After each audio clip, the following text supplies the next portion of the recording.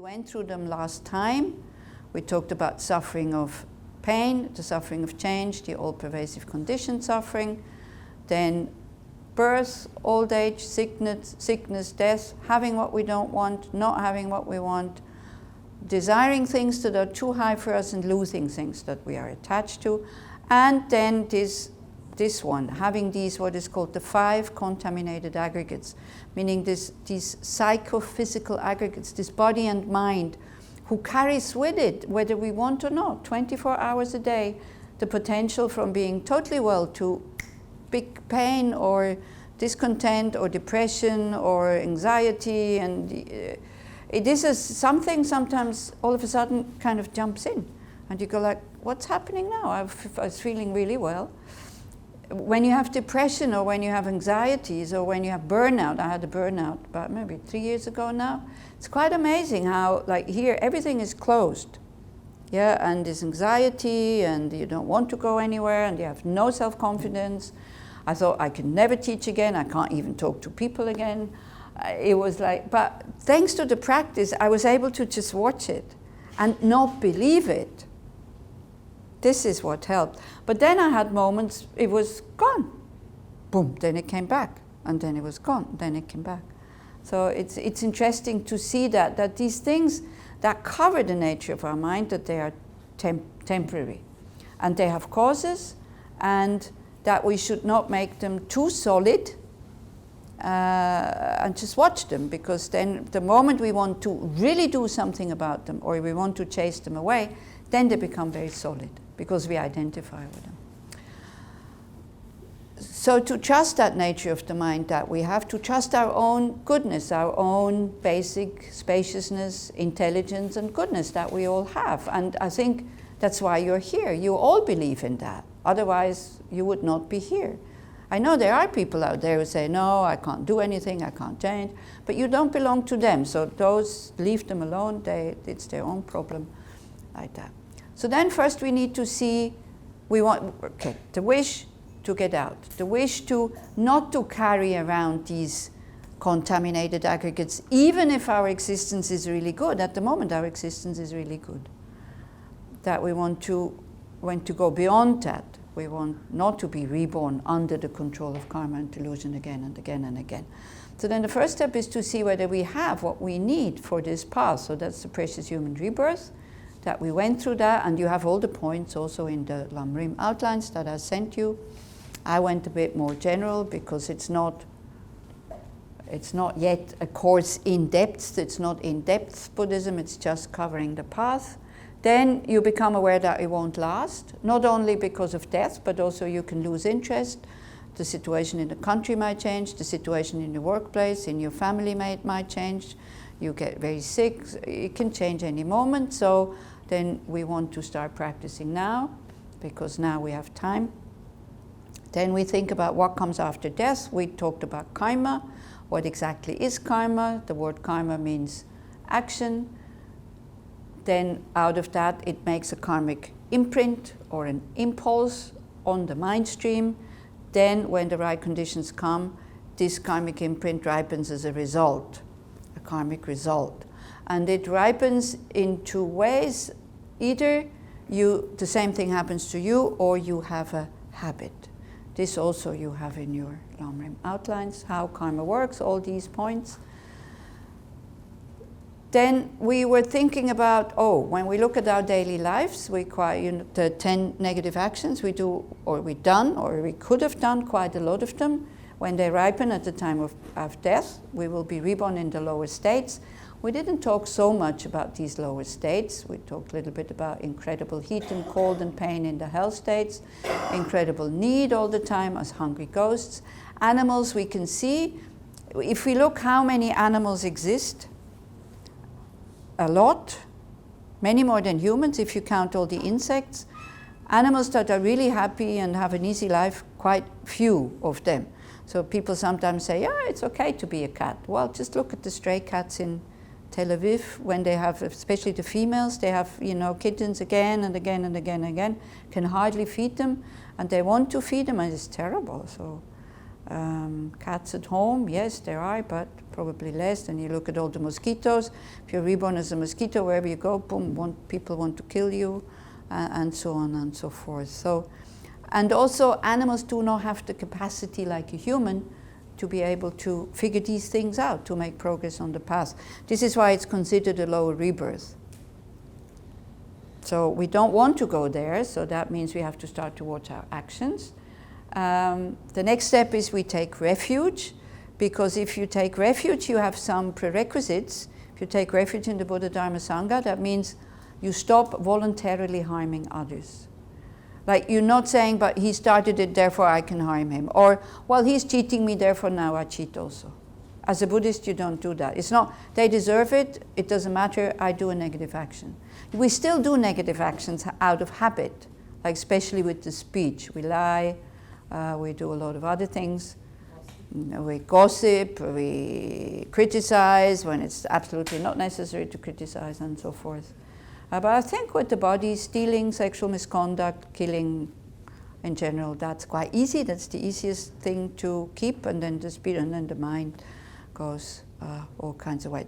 Taking refuge also means you're not just taking refuge and then that's it. And then you think, now I'm a Buddhist, now the Buddha will look after me. And then at the time of death, I will again take refuge, and then I will be protected, because that's what they say. They say if you take refuge, you will be, your refuge will be able to close the door to the lower realms. But if you have no connection with your refuge, of course, then, you know, they say like a teacher, a lama, a master. I think I also talked a bit about masters last time. A master is able to hook you, even you're already dead and you're in the bardo, but only if you have the ring. Like if you have a ring here, that with the hook, they can hook you. If you have no ring, the hook does not hold. And this hook is the relationship with the master, and especially the relationship with your practice. That you practice honestly, sincerely, becoming a kind person. It's very simple. Nothing else than that. Plus the wisdom of seeing reality the way it is, and not falling into the trap of the self-cherishing again and again and again and again. What I see is right. If somebody else has a different view, then that's wrong. Like this kind of, I'm the center of the universe attitude. So we work with that. And this is not, it's a lifetime job. It really is. And you keep going to teachings, and you keep going to groups, and this is usually what Buddhists do. Or you become a Buddhist out of faith, but that's what His Holiness always points out. It's not so helpful. It is better than nothing, because at least you have the image of a Buddha maybe when you die. That brings you in contact with your own Buddha nature, but, you know. As a Buddhist, you say, I go for refuge until I'm enlightened. So that means this progress on the path is not going to happen by itself, this progress on the path. You make yourself. It's mind transformation as you go along the path. So then it's taking refuge.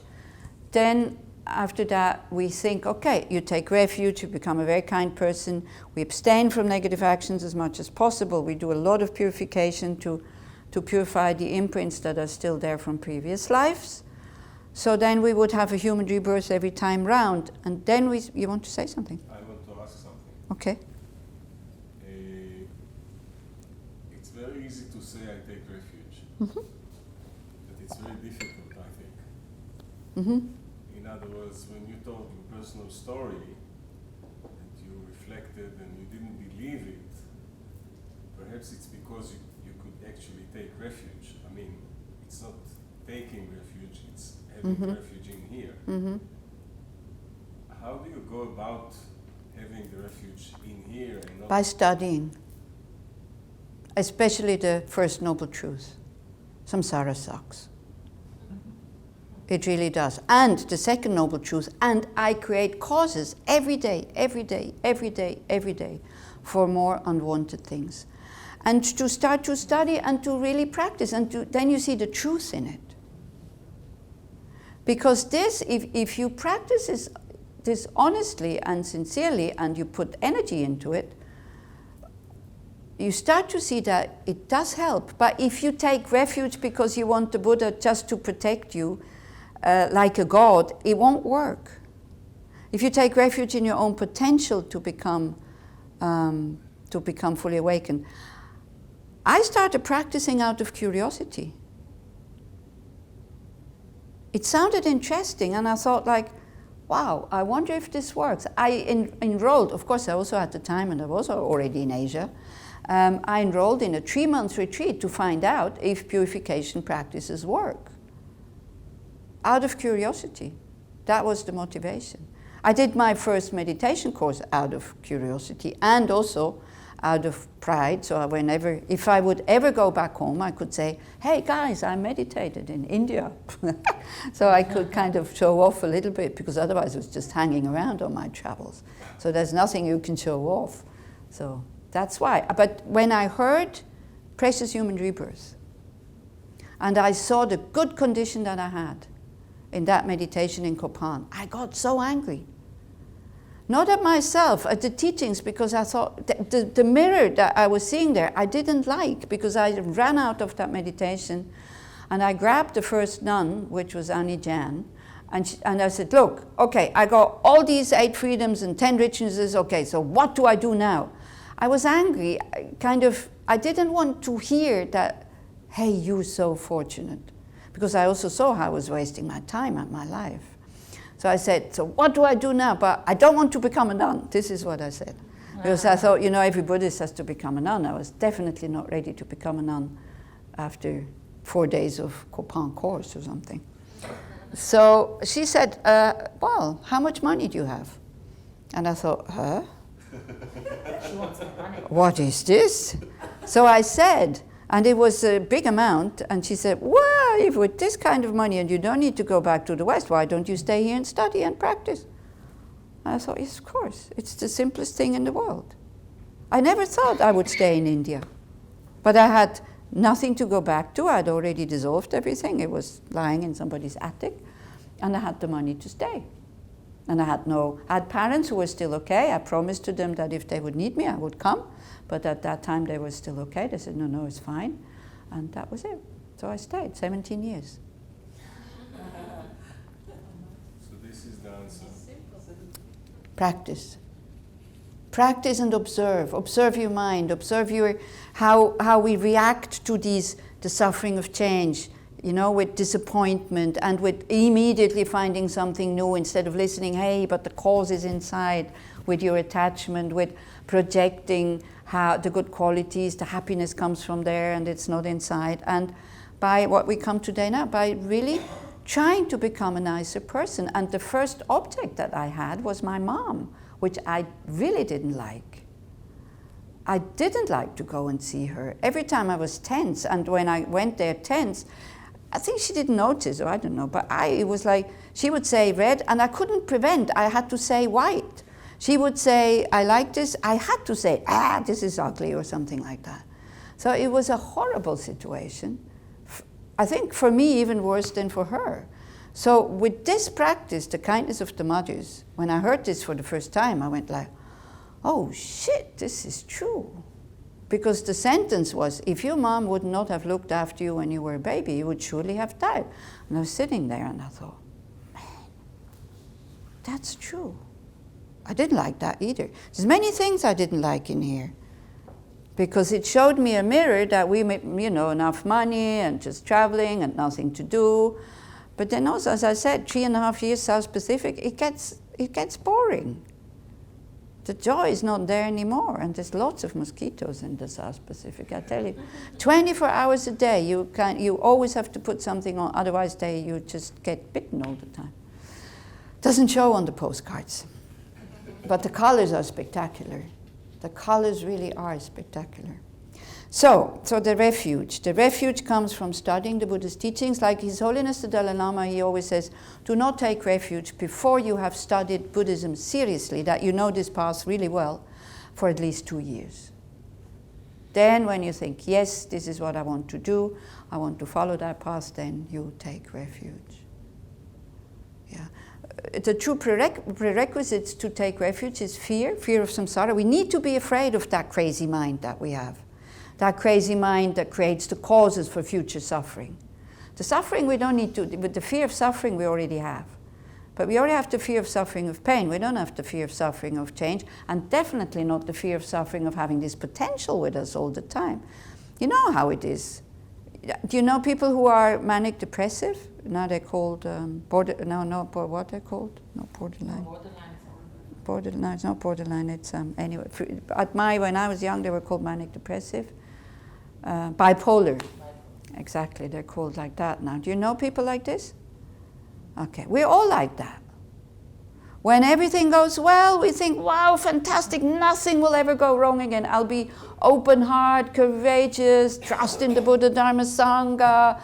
It's like life is wonderful, and then there's something inside changes, and then we plunge, and where's the refuge now? Where's the Buddha to protect me? I feel horrible, please Buddha, come and protect me. But we don't do the practices, for example. We don't do the mantras. We don't do the visualization. We just sit there for this omnipotent Buddha that we were told does not exist to come and save us. And he doesn't, so he's like, what is with this Buddha? Where's the good feeling I had when I was thinking of you 2 months ago? Yeah? So that means it's great if you see this, if you have these thoughts and if you see it, because then you understand you are only practicing to have a better life now. This is why you practice, because you want to have fun in life, and in order to have fun we need an open heart. And we need to be relaxed, otherwise we cannot have fun. So then, boom, it plunges, and then again we go, we think it will always be like this, and we'll never come back up, and we feel very sorry for ourselves, and we sit down there in our black hole, and everybody wants to cheer us up and say, oh, come on, life is not so bad. Oh, you don't know what is happening. Yeah? We're all bipolar. And this is what happens to bipolar people. When they're up, they don't want to take the medicine because it's a fantastic state. And it is a fantastic state. The problem is when we are in that fantastic state, we forget to practice. Then when we're all the way down, we want to meditate. And then we discover that we can't. Because it's impossible, because the mind is so closed, and you see all your garbage and all your shit, and then you start to identify with it, and then you're really stuck. It's a nice story that I heard about Palmo when she was learning for being a geshe. So when she had a good day, she was so happy. She would go to the Gyatso and tell her, "Oh, I had a wonderful day." I said, "Okay, it will move away." Yeah. And when she was coming depressed, "Oh, I'm depressed. It was terrible. Yeah. Everybody treated me." She said, "Never mind, it will go away." Exactly. Impermanence is at our stage where we are. This teaching on impermanence is great because it really loosens up. Either you're too high up, or when you're too far down. To think it will pass. There's always continuity. Everything always changes, so you don't need to worry. It will go. The same way as it was different before, it will also be different afterwards. So that's really good. So then we see even in our human life, we have still a lot of problems. So then we generate this wish, not just to be careful about our negative actions, but also take some attention on our negative emotions, so that we don't produce more negative karma, and especially so that the mind becomes calmer and calmer and calmer. When you start to really calm down your attachment and aversion or anger, then when they talk about emptiness, sometimes you have glimpses. Then you start to understand that we don't need this I.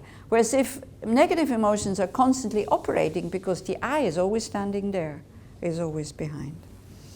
So then you make the resolution to get out of samsara, to be free from dukkha, suffering, and the causes of suffering. So that's that step. So that's what we covered. So the verse for that is when you have the prayer that you have here. It's not actually a prayer; it's a practice manual. The 3 principal aspects of the path, because first it tells you the purpose. Why we should develop that mind of wanting to be free from all suffering and the causes of suffering. Then it continues by explaining to you how you develop it, and then it shows you when you have developed it. So we can start from the beginning, then you see these steps maybe. I bow down to my perfect gurus, understanding that without gurus we do not get anywhere. So you might be sitting here in Israel and say, yeah, but I have teachers coming here like, you know, I don't even put myself into that category as a teacher, but you have people have really studied like Kelsang Wangmo or Sean, and then you have the Tibetan Lamas who come and all that. So you think, oh, I don't really need a master. They come here and they teach me and this and that. But you see, these people could not come if they wouldn't have a master. Everybody who writes a book that is of benefit has a master. Everybody who can convey the teaching to you should actually have a master, because it's the master who tells you to, yes, you can go now or not. People who decide by themselves that they are going to teach, not sure, not so sure. So anyway, so then that's why when you say, oh no, I don't need a master, yes you do, just to receive teachings from people unfortunately like me, but you have much better people coming, so then don't despair. And as I said, this is just an overview, so you'll hear all this again and more in depth. The essential meaning of the Victorious One's teachings, the past, praised by all the holy victors and their children, the gateway of the fortunate ones desiring liberation, this I shall try to explain as much as I can. So he tells you from the beginning, it's a path to liberation. It's not a path to be happy now. It's not just Prozac. It goes very far. Yeah? Those who are not attached to the pleasures of circling, who strive to make freedom and endowments meaningful, this is the precious human rebirth, who entrust themselves to the path pleasing the victorious ones, you fortunate ones, listen with a calm mind. So here he implies that you already know the Four Noble Truths. You have already understood what samsara is all about. Then the purpose of generating renunciation, so that's the first step now in these three aspects. These 3 steps are there in all 3. Without the complete intention definitely to be free from circling, there is no way to pacify attachment, seeking pleasurable effects in the ocean of circling. You know, people ask me, how can I get rid of attachment but still be... How can I get rid of attachment? How can I be free from attachment and still be in samsara? So it won't work. Unfortunately, you need the wish to get out of it. Otherwise, you're attached to the pleasures of cyclic existence. You see, usually what we want is we want to get rid of bad and we want to keep the good, and we don't even notice that without bad we don't have good, because this good is dependent on bad. The kind of good that we know. So you get rid of the bad and you don't have good anymore. Also. It's impossible. They need each other. So also, so if you are attached to the pleasures of this life, then there is no freedom. And then also by craving for cyclic existence, embodied beings are continuously bound. Therefore, at the very beginning, seek. Here he calls renunciation. Seek the wish to be free. The wish to be free from what? The wish to be free from all the suffering, even the most subtle one, just this potential that we have, but also the causes of it. Not just the suffering, but suffering and the causes, which is karma, our karmic imprints that we have created, the negative ones, and the kleshas, the delusions that make far too much out of a ripening of a negative imprint. Our self-cherishing who complains, it's the other person's fault. Then we get angry because it's done to me and it's happening to me. And then by that we create more karma for the future. So how to generate renunciation? Freedoms and endowments are difficult to find and life has no time to spare. By gaining familiarity with this, attraction to the appearances of this life is reversed. So it means you have the situation in this life to make progress on this path. It won't last. This is precious human rebirth and impermanence and death. So then also, if you were to fall from a parachute, if you were to fall from a plane without a parachute, you wouldn't be thinking, oh, what shall I go and eat when I crash on the ground? You wouldn't be, you know, somebody is there and holds out an ice cream for you, you probably wouldn't be interested in having that pleasure of ice cream as last pleasure before you die when you crash on the ground. Our situation is not different. We are constantly traveling towards death. Still, we're so attached to these pleasant moments that at the time of death, they cannot do that much for you. Because before you die, your body gets old and you cannot enjoy anymore. You know, the taste buds go, the eyes go, the ears go, the way you move goes, you hear, the ability goes, so then it's not much fun anymore. So if you haven't found any other refuge to find happy and relaxed moments, you'll become a very bitter old person. And all you will be repeating would be telling how wonderful your life was, but I can't do this anymore now. And full of regret that you cannot not have these pleasures anymore. Yeah? So when we think about impermanence and death, and especially about old age, then we prepare in a better way maybe for old age by, for example, developing patience. Again, developing kindness, because it's so easy to look after old people who are kind and patient. It's a joy. But these people who don't want to be looked after and who rebel and who are bitter and who kind of just demand. Contentment also we can develop already now. Just from time to time when you look at something beautiful, you go like, oh, wow, I'm so fortunate. May all beings be able to enjoy this. Then it doesn't become my pleasure. Yeah? Learn to have joys with things that are still accessible to you when you're old, because that's how the mind transforms. If this is too trivial for you to have joy, then learn, train, so that at the end of your life you still can have joy in these outside things that are simple. And more joy even comes, wow, somebody made this for me. How wonderful. Gratitude, contentment, joy. This we can learn already now. And joy has very specific causes. One cause is generosity, the other one is ethical conduct, kindness, bodhicitta, humor. All of this is the cause for joy. By thinking over and over again, the actions and their effects are unbetraying, and repeatedly contemplating the miseries of cyclic existence, attraction to the appearance of future lives is reversed. So then we see, even, every time round we have a precious human rebirth or just a human rebirth, we see, but there's still the problem of old age, sickness, death, not having what I want, having what I don't not want. Everybody knows these things. And nobody likes them. Nobody says, if you would answer somebody when they say, oh, I just lost the bird, you say, well, everybody loses things. What do you complain? You think you're the only one? Do you think they would still have you as a friend if you respond like this to them? Not listening and say, oh, you poor thing. Yeah, it must be terrible. But maybe it would be better if we would open their eyes a little bit. But this you can do with yourself when you go like, oh, I lost this. God, come on, I'm not the only one. It's part of our existence that we keep losing things.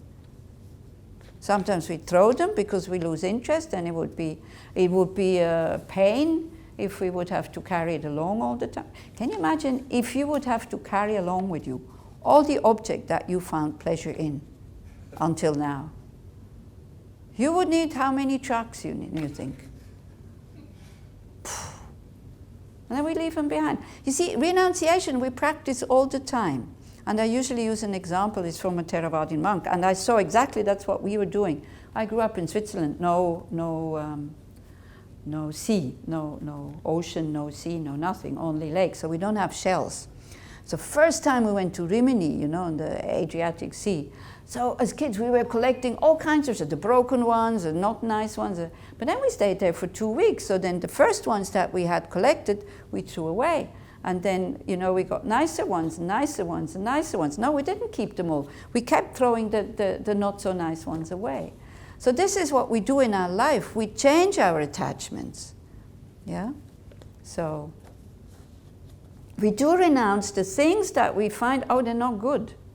So but with the pleasures, we don't see the danger of them. So then we still think that they are good. We don't see that it's like licking honey from a razor blade. Have you ever heard that example? See, you lick honey from a razor blade. It is sweet, but it leaves a very deep wound behind. Every time you enjoy something and you go, wow, that was so good, it leaves an imprint of wanting more. Because when you stop the pleasure, the mind still wants the feeling that comes from it. That means wanting more. There's no end to it. And it needs to be more and more and more. Like every time you lick that razor blade, the cut gets deeper and deeper and deeper and deeper. This is why our pleasures here, where we have so much money, have become so refined. So wonderful, so beautiful. You know, in India, you give a kid a normal Mary biscuit, which is nothing, you know, no chocolate, nothing. They're so happy. Because they don't, yeah. Or you give somebody who's hungry food, they're so happy. They don't care what food it is. Because food for them is nourishment and not source for pleasure. So like this. So also for future lives, we should reverse the attraction. Then now, this is what we did until now. Yeah? So that was just a repetition. Then now comes the definition of having generated renunciation. So you know, now I can stop working on renunciation, I got it. Is when by having trained in that way, there is no arising, even for a second, of attraction to the perfections of cyclic existence, and all day and night the intention seeking liberation arises, then the thought of renunciation has been generated. I don't know, I'm giving quite a few talks of the same category lately, so I don't know what I already said. Did we talk about the locked into the toilet? I think we talked about this last time, isn't it? Credit card? Locked into the toilet. Yes. Yeah, okay. So, you see, when you know there's a world outside and you're locked in the toilet, you have no wish to make this toilet beautiful. You want to get out. But it also doesn't mean you make the toilet more dirty or you neglect it or whatever. You use it for what it's for. If you need to go pee-pee, you go pee-pee or caca or whatever. So this life, we need to survive. So we need to work. And if you want to have family, you have family. That's okay.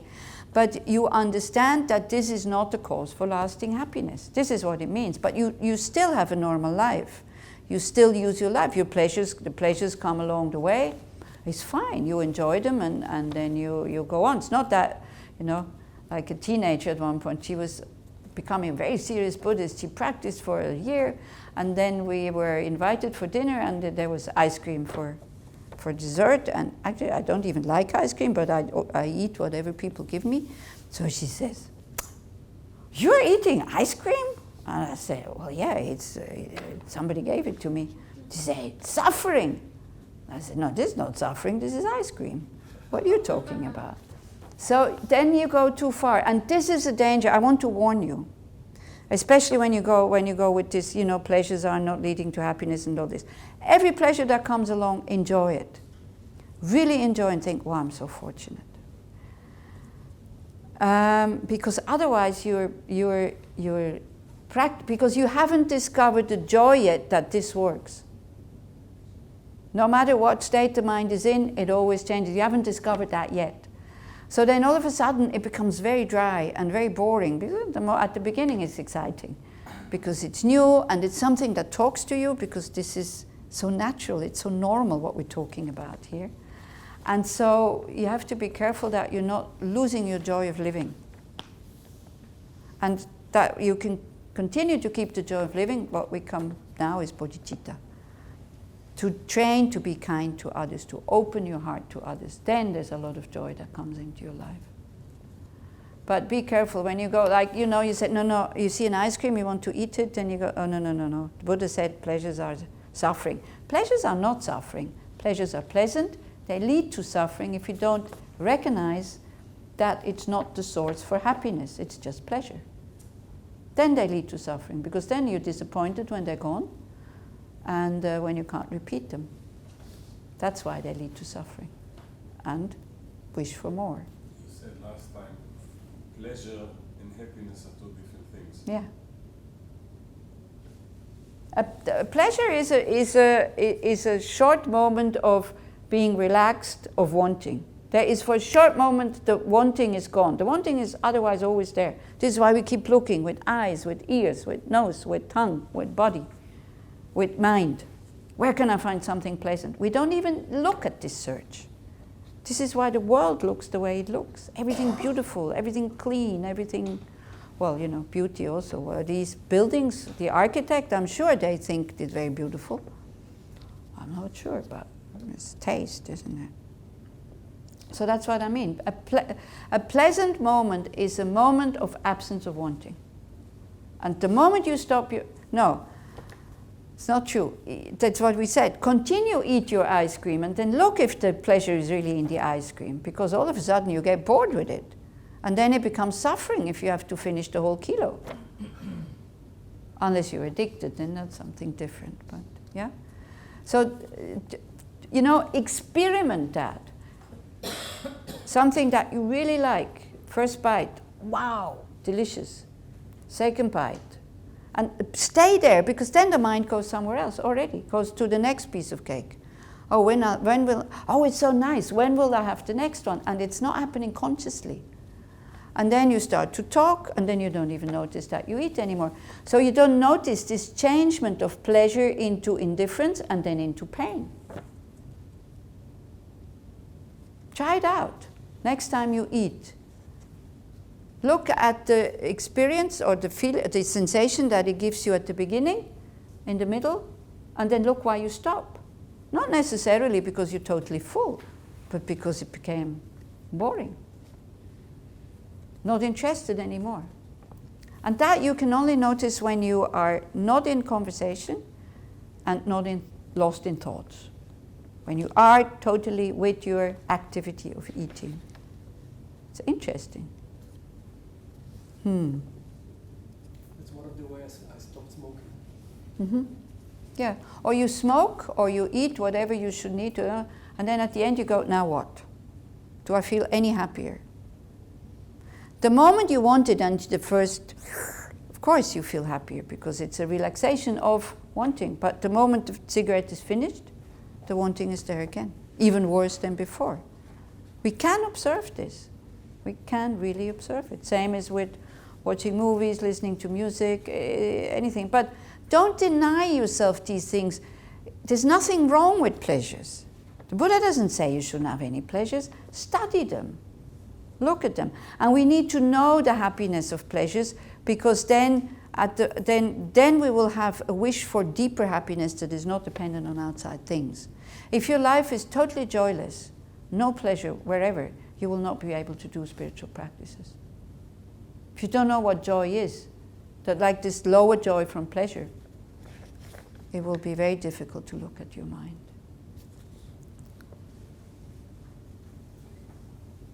So all day and night, the intention seeking liberation arises. Then the thought of renunciation has been generated. In that toilet, when you're locked in, do you think you would have sometimes breaks where you go, I don't really want to get out? Even you sleep, you know, you go to sleep, you would have to, oh, I wish I could get out. You wake up in the morning, you have to think, oh, I wish I could get out of this toilet. It's not that you forget. Oh yeah, I'm locked in the toilet, maybe I should try to get out. Okay? See, if we would be born in that toilet, we would make ourselves very comfortable in there. This is it. We are born in samsara. We're born with the samsaric mind. So we need somebody else who shouts from outside, who says, hey, there's something much better.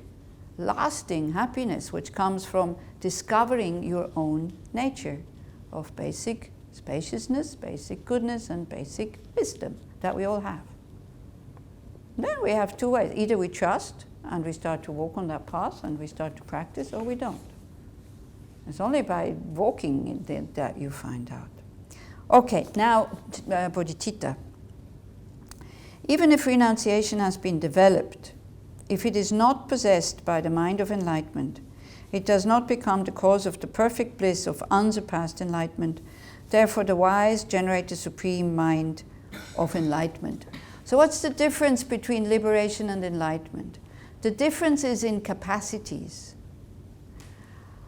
when you just is not a good word because it's a big goal already. When you realize emptiness, your delusions will be finished once the mind is accustomed to it. And don't think that this is an easy thing. In order to realize emptiness, you need to have shamatha, means a totally single point of concentration where no thoughts come in, where you put the mind on the object, it stays there, no problem. Like a very good dog, you say sit, it will sit, and that's it. That's single point of concentration. For 4 hours, they say. Like my dog, I will already be happy. Huh? He sits some of the time. Sorry? If I would be like my dog, I'd be very happy because he's Some of the time. So how did your dog learn that by himself? First, he's a very smart dog. No, but he had to be No. trained. No, yeah, So it's the same as He's with... very happy to be trained. He's very different. Really from Exactly, us. this is the He example. likes Yes. training. This, It's because, very different. because you see, no, it's not so different. Our mind, once you start to really do this seriously I and to have- I repeat, our mind also likes to be trained, like the dog.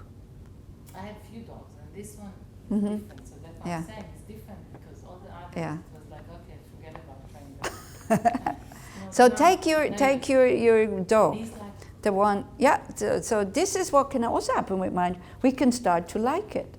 Once you start to get the technique a little bit, every difficult situation, you actually welcome it. Like you see, sometimes you have these dogs that go on these obstacle races. If you look at them, how excited they are to go through these difficult situations, you know, like in the water and then through the tunnel and they're with the tail. So this is how your spiritual practice should be. Then it becomes not like a duty, okay? Not like some kind of something thrown on you from the Buddha. Hey, you have to do this. It's not like that. So self-liberation we attain by ethical conduct, concentration, wisdom, the wisdom of emptiness.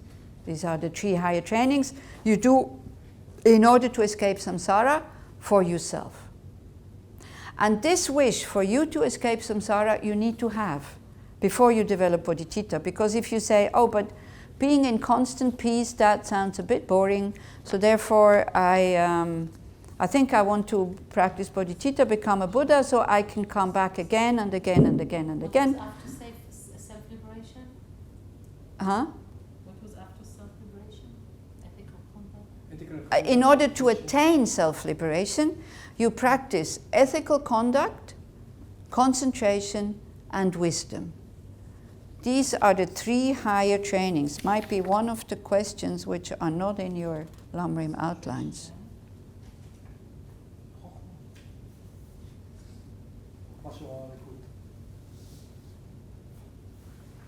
Yeah, what are the practices of a person of the middle scope and what is its goal? So that's the answer.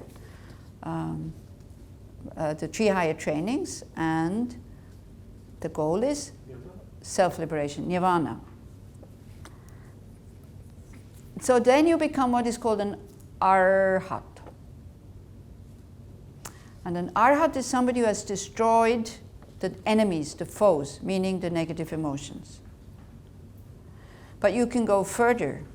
So we talked at the beginning, the first evening, we talked about the 2 different vehicles, Theravadin and Mahayana. Okay, I'm not going to repeat because otherwise we won't come to bodhicitta now.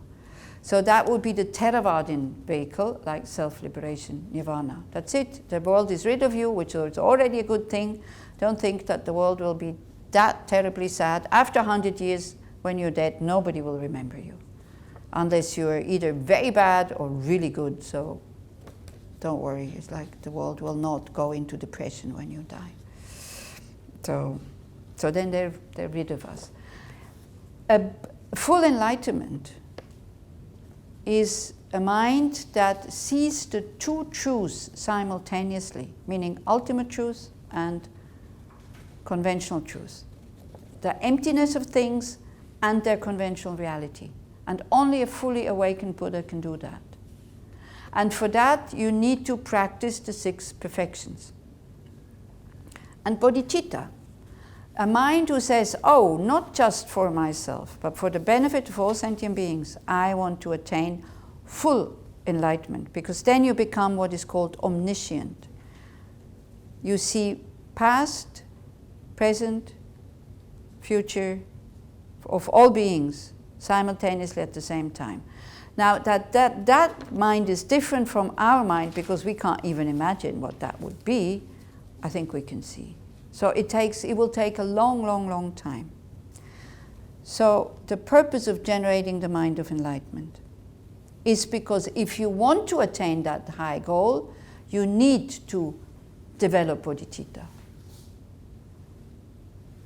But you need to have as a prerequisite your wish to escape, to get out of samsara. That's needed. Otherwise, it's illusion. Otherwise, you say, oh, I'll stay in the toilet, but I want everybody else to get out. Doesn't make sense.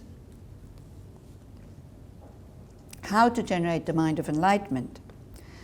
Swept away by the current of the four powerful rivers, tied by the tight bonds of karma so hard to undo, caught in the iron net of self-grasping, completely enveloped by the total darkness of ignorance, endlessly reborn in cyclic existence, ceaselessly tormented by the three sufferings. Remember the three sufferings? Pain, change, and all-pervasive. Thinking that all mothers are in such a condition generate the supreme mind of enlightenment. So this condition also applies to us, by the way. It's not just all others and I am already kind of thing. But to enlarge now that heart who says, I want to be free from this condition, we need to think of all beings. So this concern for ourselves, the wish to be free from all suffering, we have. Luckily we have that. So don't think you're selfish because you want to be happy. Nobody asks you to be depressed and unhappy so that other people can be happy or something like that. This is good that you have this concern for yourself. So all we need to do is to widen it. So when you are a mother or a father, it immediately, even the child is not even born, when you know that your wife is pregnant, I'm looking at Nissim, this is what I'm saying, when you know your wife, when you know that you are pregnant, then already the concern for the well-being of this child is there. You don't need to think, oh, it's going to be my child, I have to be careful to look after him. You know, you see the belly of somebody else, do you have the same feeling for that unborn child? No. Why would you? Because so it comes naturally. So what we do with bodhicitta, we widen that concern, the wish for all beings to be happy.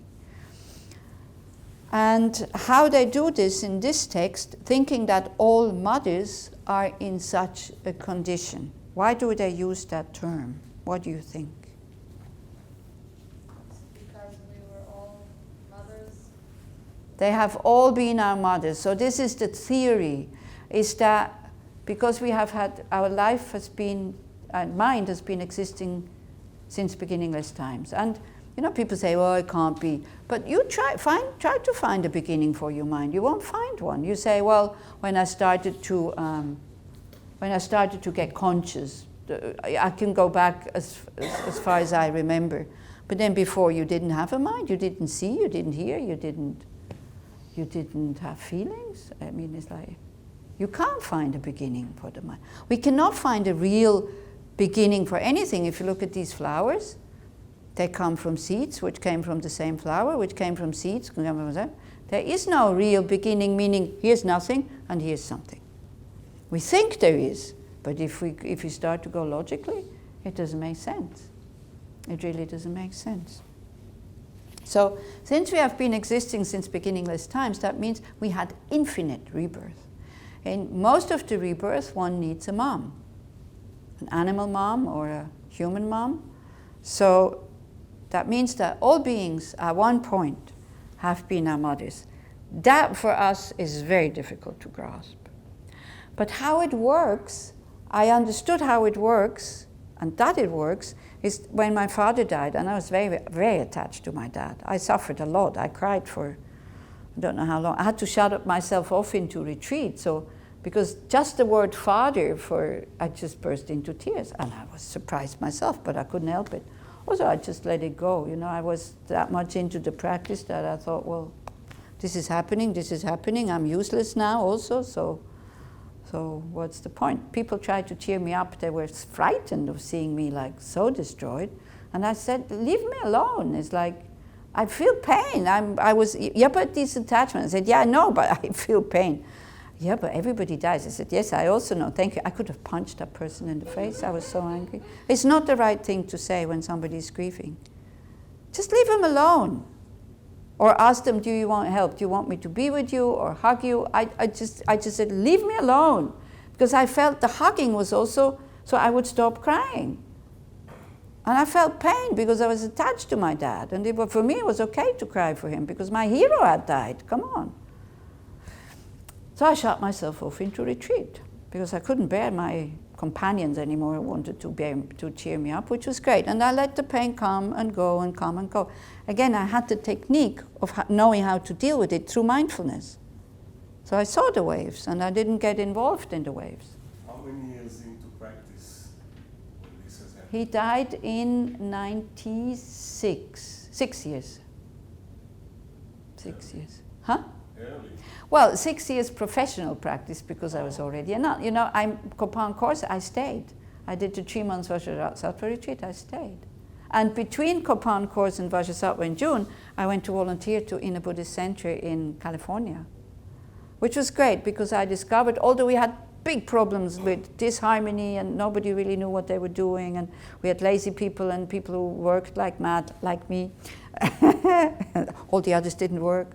You know, this thing where I'm the only one who really works, you know, where there's 3 of us and all the others were just... Anyway, so it was difficult, but somehow I thought, I like this. I like this community here. Even though we fight, and some people really take advantage of the situation. They say, oh, I'm going into retreat. They were going to the beach to do retreat. And when there was a lot of work or big groups coming. But I liked the practice that we did together in the morning. We meditated in the morning together because I felt alone it will fall apart. I cannot do this alone. And so we had pujas, we had every morning practice before we just silent meditation before we worked, before we went to work. Not everybody came, but I really liked it. So I felt this, I like this Buddhist community. I like to live in a community. Where were you when you found out that your father died? In India. He died suddenly? No, he didn't die suddenly, and actually I thought I had dealt with it because he was 85, he had water in his lungs, and he said that he's had enough, he would like to die. I was home in the summer. And I said, Dad, yes, it's fine. And he said, but I really mean it. I said, yeah, me also. If you want to go, it's fine. Because he was still there, I thought it was okay that he goes. And then I went back to India because I had to lead a Vajrasattva retreat. So when we said goodbye, we both knew we wouldn't see each other alive anymore. So we both cried. It was difficult. And I was sure I would not see my dad anymore. But it was okay. I cried until, 10 minutes. And then I was on the train to the airport and it was okay. Then at that time there were faxes. There was no email and things like that. So the person in the fax office, of course he knows me. So he had read, because luckily they had written in English, your father has died, and quite big on the fax. And so I was walking by, it's the Doladar fax office. We were coming from the temple, there was big pujas at the temple. And he saw me passing, so he called me in and he gave me the fax. I looked at it and I broke down. I couldn't say, I had to show people the facts to tell them what had happened. After having thought I was so prepared. Also after 6 years of practice. Then, so I good friends, so they said, okay, you go home, because they saw I was useless. So they said, you go home, we go down to the Necho monastery and to His Holiness's office, we order all the pujas, and you go home. So I went home, and then I still tried to be out and lead. We had a nune, and it didn't work, so then I went into retreat. Then it took me, I think quite honestly, it took me about 40 days. One morning I woke up, the pain was gone, it never came back. Wow. Only the memory was left. Because I had the good fortune to be able to live that pain, to let it heal, and the help of the practice. You say, I went into retreat. What kind of retreat? And it was yogini retreat. Ah. So it's a tantric retreat where I never had a commitment to do, and so it was okay. And in my meditation, I put my dad next to me and I explained to him what happens in the death absorptions. And then, what I wanted to say, then one day I had this fly who was, landing on my nose all the time. And first I was, how we are with flies. And then I thought, what if that is the consciousness of my father? Now, I didn't start to talk to the fly, okay, I'm reasonable enough. But the approach to the fly was totally different. And I tried to catch it to let it out in a very nice way. Then I thought, this is the reasoning behind, because your approach towards whoever is in front of you is totally different. When you think, at one point they have been so kind to me. Okay, so bodhicitta, the mind, bodhicitta has two aspects. I need to attain full awakening because I want, not I have a duty or anything like that, but I want to liberate all sentient beings from their sufferings because they've all been my mothers, and I can't just let them sit there and me go off into nirvana. I want to repay that kindness that they have shown me. So if you want to develop bodhicitta, they said there's a few courses. It's not coming in the questions, but anyway, it's like you have to see the benefit of it. The benefit of having an open heart to all beings and reacting with kindness. Even the kindness can look harsh, like stopping somebody. Or your son is about to, you see him making a bomb because he goes as terrorist, because now it's very fashionable to make bombs, and you see him make a bomb and you try to stop it. Well, I'm pretty sure all the mothers of these terrorists feel bad about this. I don't think that, well, okay, you see, again, I see your face. You don't know any of these mothers. We don't know how they feel. We don't know how they really feel. We might hear what they say because they're manipulated. Why do they say these things? Because they are manipulated. Huh? They have to, otherwise they also get killed. This is, and again, if we think, they're really happy, they're proud about their sons, it doesn't help us. But if we think she's a mother just like me, how would I feel if my son goes to kill himself and taking 50 or 100 people with him? How would I feel? At night she cries. Huh? At night she cries for sure. I'm pretty sure. They're mothers. You know the mother feeling. You have children. So, and it helps us to think like this, because otherwise we never give it a chance that this madness here can finish. If we put people into such categories that they have their purpose of life is to kill us. There might be some, but not everybody. Even Angulimala. Yeah. Everybody can, why do people do these things? Because they're not happy, because they suffer. You think they do them because they're happy? It's a terrible situation, but let's not go into there. So, okay, let's take another example. If that's too close here, let's take something else. You see your son planning to rob a bank, and you cannot stop him, or planning to rape a woman.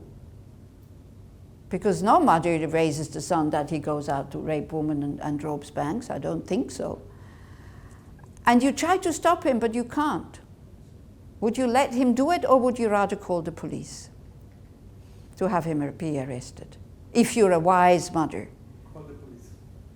That's a father who says that, okay. What would the mother say? That's a good question. Begging him, stop, don't. Huh? Begging him, stop, don't. Yeah, but I'm sure that these terrorists or other gangsters are being begged, stop. They don't. He doesn't. What would you do? mothers are excluded now?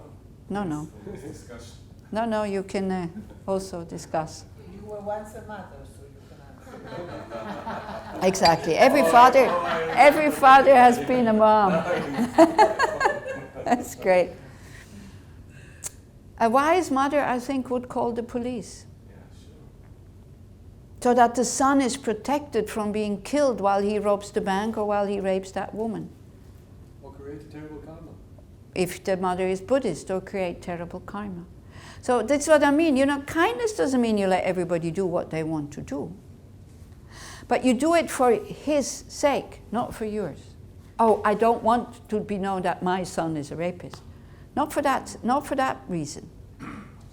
So that he's prevented from creating the act, so that he doesn't have to go into prison for many, many years, or being killed in the act or something like that. So that's the kind of kindness that one tries to develop, and that we don't have the wisdom to react all the time in a beneficial way. This is why we have to become Buddhas. So we see the propensity, we see whether we should stop them now, or okay, let them go to prison, then he knows what he means, then he will stop. Like this. Because the Buddha would know. So we need to see the benefit of generating bodhicitta. Do you think it would give you peace of mind if you would be concerned about the happiness of all sentient beings? What feels more like a peaceful mind when you think about, like, instinctively, how can I make somebody happy, or how can I make them suffer, or how can I punish them?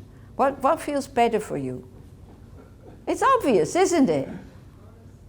This is the benefit, that you do not want anybody, you do not wish for anybody's suffering. Even if you're the one who kills your son, daughter, husband, wife, whatever. Because hate is eating us up. Hate burns every little bit of kindness that we have. It's like you have here, kindness is moist. It brings growth. It makes things workable. It's really nice. And you have a bit of kindness, and then you come with a lot of heat of hate. It dries up every kindness. It's a very nice picture, actually, to look like that. So also, if you act, even if it's not skillful, but you act for the benefit of the other, what happens to your karma? If you want to be selfish, what happens to your karma? You're protected. You had a good intention. We're not Buddha. We do whatever we can. If you do something out of anger and the anger goes, then you feel guilty. Then you feel really guilty when you have to harm the other person and you can't sleep anymore.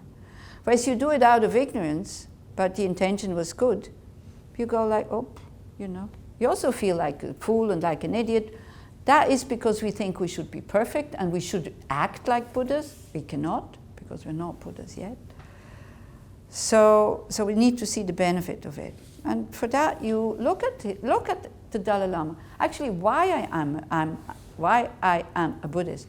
I was in Dharamsala because I wanted to go climbing when His Holiness the Dalai Lama received the Nobel Peace Prize. I didn't really know who he was. I mean, I heard the word Dalai Lama, and so he was coming home while I was there. And people said, come, he's coming home. I said, well, and then what? What do we do? Oh, we stand there and we see him pass. I said, okay, why not? So I went, and they went like 2 hours before. And then the energy in the street was amazing. It was 9 o'clock in the morning. It was hot. They had to wait 2 more hours for him to come. And everybody was in such a good mood. And I was really wondering. I thought, nothing is being given freely. There's no alcohol. There's, in Germany and Switzerland, there's no sausages being grilled and sold, and that usually goes with something like that, where people are in a good mood. No music. Everybody's in such a good mood, and everybody's so kind. We were, like standing on each other's feet. We go, oh, excuse, that doesn't matter. Then he passed by. I didn't consciously do it, but I went into a shop and bought his book, My Land and My People, not consciously. And then I read his story. And when I read how he talked about like the Chinese army, with so much compassion and with absolutely no hate, I was so impressed. And I don't remember, but the woman that I went to, she said, "Do you remember what you said when you read that book?" Because I went to Madhya Pradesh to do social work, to help a Swiss woman there to do social work, and during that time I read the book, and apparently, I don't even remember, I said, "I want to go back to these people and I want to know how they do this." To be so hurt, the whole country being taken away and having no hate. I don't remember having said it, but she said I said that. I was really impressed. That somebody who had suffered so much, his whole people, was speaking about the Chinese in such a compassionate way. I think that's why I entered this Buddhist path, because I was always very aggressive.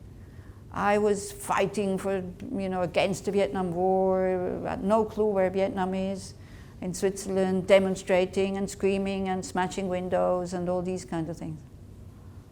At the same time hating my mom, who had given me this body. Doesn't make much sense, does it? But I felt I was doing something good then. No? Anyway. Then, what else you need in order to develop bodhicitta? Devotion to the Buddhist path, so that you start to believe in your potential. Otherwise, why would you go look for it? Because it's a difficult path, bodhicitta. Already the lower part, lower scope is difficult. Then we need to see the sufferings of sentient beings, to see that even if it looks as if they want to be terrorists, it is still suffering. If not now, then definitely for the future. Can you imagine the karma that they create? Blimey. Wow. With a lot of joy doing these things. Plus, then, we need the inspiration of a spiritual master who lives it. Hello. The inspiration of a spiritual master who lives these teachings. And the courage to bear the hardships. Because you will have to give up on a lot of things. You have to give up fighting not fighting for your right, you still can, but you would do it, first you try 10 times in a kind way. At least 10 times. Then if it still doesn't work, then you shout, for example. Yeah. Or you give up. You say, okay, you give the victory to the other. There are texts that are called Losang, which is, you have already decided that you want to develop bodhicitta, and they are there to help you practice it, to give you these tasks, put others before you, how in these situations. Actually, if you want, we have these points, we will look at them in Yechiam. When is it? On which? Huh? 2 weeks from now. In 2 weeks from now, if you want to come for that, you're very welcome to come, even though you were not there in the first part. That's okay, because you had the prerequisite. That's what we did here. So that's not easy, because we also have an I, we also have an ego. So Losang, here in Israel, it's easy. I gave him another word. Instructions to become a happy friar. Because you see, like, if two people have a conflict and here nobody wants to be the friar, one has to be the friar. Otherwise the conflict continues. There isn't any synonym for fire in other languages, right? Well, you see, the word friar in German means... There is a word. In English it's called the pushover. No. Where the word comes from. It comes from friar. There is a friar. There's a word friar, F-R-E-I-E-R in German, which means somebody who is frei, somebody who is free and is looking for a woman. That used to be in ancient time when they had to go to the parents. That's a friar. Now a friar is somebody who goes to prostitute, who doesn't find a woman, who does it voluntarily. So it's somebody who, a prostitute doesn't have clients. Sie hat einen Freier. So it's Yiddish, it's not Hebrew. Comes from, it means somebody who hasn't found a wife yet, basically. That's what it means. So, but then it's, of course, like many other words, been used in a different way now. Yeah. I have a So Mhm. we have renunciation, then Yeah. we have enlightenment. No. First the renunciation to samsara. Yes. Then the wish, but not just for myself getting out of samsara, but for all sentient beings. That's bodhicitta. The mind, body means enlightenment. Citta means mind. A mind who says, I want to attain full enlightenment. Because as I said, in the self-liberation, you do not have the qualities of a fully awakened being yet. You have eliminated the causes for suffering and the causes for negative emotions, but you have not eliminated the causes yet for omniscience. But I think these things, it's very, really in detail. It comes when you then do the module Samsara and Nirvana. Then you go into detail, 5 paths and all that. And refuge also, you have a module on refuge. You have a module on death and dying. You have a module on karma. So don't worry, everything that you don't understand now. And even, if you want these exams, if you want these certificates, with number 3, you will not be able to go out and teach. You will need all 14 of them, I think. If you want to be accredited as a FPMT teacher, and you want to have groups, your own groups, and lead and all this, then you need to do all 14 modules. So this one is just an overview, so you don't have to worry so much about it. Yeah. Yeah, okay. Yeah, I know. So that's fine. I'm learning. So we have renunciation. Yeah, that's the first thing you have to develop. Okay. Getting out of samsara, me, I, myself. Okay. And then it is technical, but and Then we see that everybody is in the same boat. Okay, this is bodhicitta, and then you go to enlightenment. I mean, the next stage is understanding shunyata. Yes, yes. So here, when they go about the 3 principal aspects of the path, is renunciation, bodhicitta, emptiness. Emptiness, understanding of emptiness, which we will probably do next time. Compassion and wisdom, actually. Compassion and wisdom. Wisdom, The wisdom of emptiness, and compassion. That also we did at the beginning in the first lecture. I talked about the basis, the path, and the fruit. The bases are the 2 levels of existence. Ultimate existence, which has to do with emptiness, everything is empty. Conventional existence, things exist as a dependent arising. We do that next time. And then the path is wisdom, which has to do with ultimate existence, and method, they usually call it, because it's not just compassion, it's also method. Karma, impermanence, all these things are method, really. But that has to do with conventional reality, things that we can touch, things that we can think about. And the fruits is enlightenment, means the 2 bodies of a Buddha, the mind and the body of a Buddha. So the mind is also called body because it has the word kaya. Kaya means body. The dharma kaya, the truth body, which is the mind of a Buddha, which then, out of compassion, takes on a form. So for beings who are on a very high level, they see these forms, these very subtle forms. They see these sambhoga kayas, which are made out of light. For us, they need to manifest in a human form, like Shakyamuni Buddha, so that we can perceive them. These are the fruits, the mind and the body of a Buddha. Okay? So these are the steps. Yeah? Can I lag on you? Hmm? Can I lag on you? Yeah, of course. From the point of view of suffering, Suffering. what is the difference between wanting to get to enlightenment and wanting sex? Any wanting, any desire, any Okay, wishing yeah, good. Yeah, okay. brings you to suffering. Yeah. Why don't I would say to myself, Okay. instead of wanting to get on to enlightenment, which I don't know what it is, Yeah. I haven't met anybody Yeah. who said he Yeah. was enlightened, so Mhm. on, so on. Maybe the solution is not to want anything, to accept that life is Yeah. full of suffering. Yeah, you're totally right. This is life. Yes, you're totally right. The only thing is we can't do it.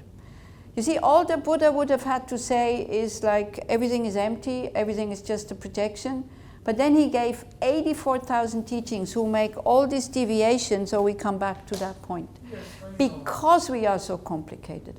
But now with wanting and attachment, it's like there is something which is called aspiration and something which is called desire and attachment. So desire and attachment is something that projects, overestimates. Overestimates, for example, that happiness is in looking at the flower. Whereas the goal of enlightenment, that will lead you to perfect, to lasting happiness. We don't know, as you say. We will only know once we are there. And as we go along the path, Vicious circle. not really. As we go along the path, you can see you will feel the difference between aspiration and wanting, and attachment, desire and attachment. Huh? Do you feel the difference? I feel the difference, yeah, between attachment and aspiration. Aspiration feels much freer than attachment or desire or wanting. Desire makes one, sex, you want sex, you're like this. No? You want sex? Huh? You want money? You want cake? And if you can't have it, what happens? Yes, each one of us reacts differently, different times in his life, different age, different time of the year, time of the day. I don't know, you know it, I know it, everybody knows it. Mm-hmm. I mean, you're making a caricature with you. No. You want something, either you get it, you don't get it, enjoy it. Oh, well, if you're so relaxed in your life, then No, you really don't need spiritual practices. If you can get it, great. I mean, if you can't get it, also great. No, Then you're almost at the goal already. No, thank you, but I'm not there. No, really, this No, is what I mean. No, You see, all these practices are to attain that state that you are describing. At the end of the path, we have to let everything behind. These are just tools to get there. What is to let everything Behind. Like, for example, the Buddha says, my teachings are like a raft. If you want to go to the other shore, you have to leave it behind. It's just tools. This is emptiness or it's a different concept? It's also emptiness and an open heart to all beings, the goal. Like having compassion for all sentient beings and having understood emptiness. Like all the concepts we have to leave behind. We have to let go. I don't know if you were here from the beginning, because I think, I also said it. Like, first we give up negative actions. So if somebody has a really good ethical behavior, it's quite easy for them. There's other people who do out of habit unethical behavior. Yeah? So, but it can be transformed. So we need to know the result of our actions also in order to stop something that is difficult to stop. So it's not really out of fear, it's more out of compassion for ourselves. And I used the example, I have a bad liver because I also was an alcoholic. So and I love chips. I love everything that is fat, I really love it. I can, eat butter without bread, no problem. But then what happens? I get a headache, I get nausea, I get dizzy. So I'm giving up the chips, not because they're bad or I don't deserve them, but because I don't want to suffer. It's not panicky fear, it's common sense. So basically one tries to give up negative actions because one doesn't want to suffer in the future. So this is the first thing you try to give up, is negative actions, so you become a non-harming person. The second thing you give up is negative emotions. You start to study these and you see how they arise, and we start to work with it. Desire, anger, jealousy, pride, deluded doubt, and so forth.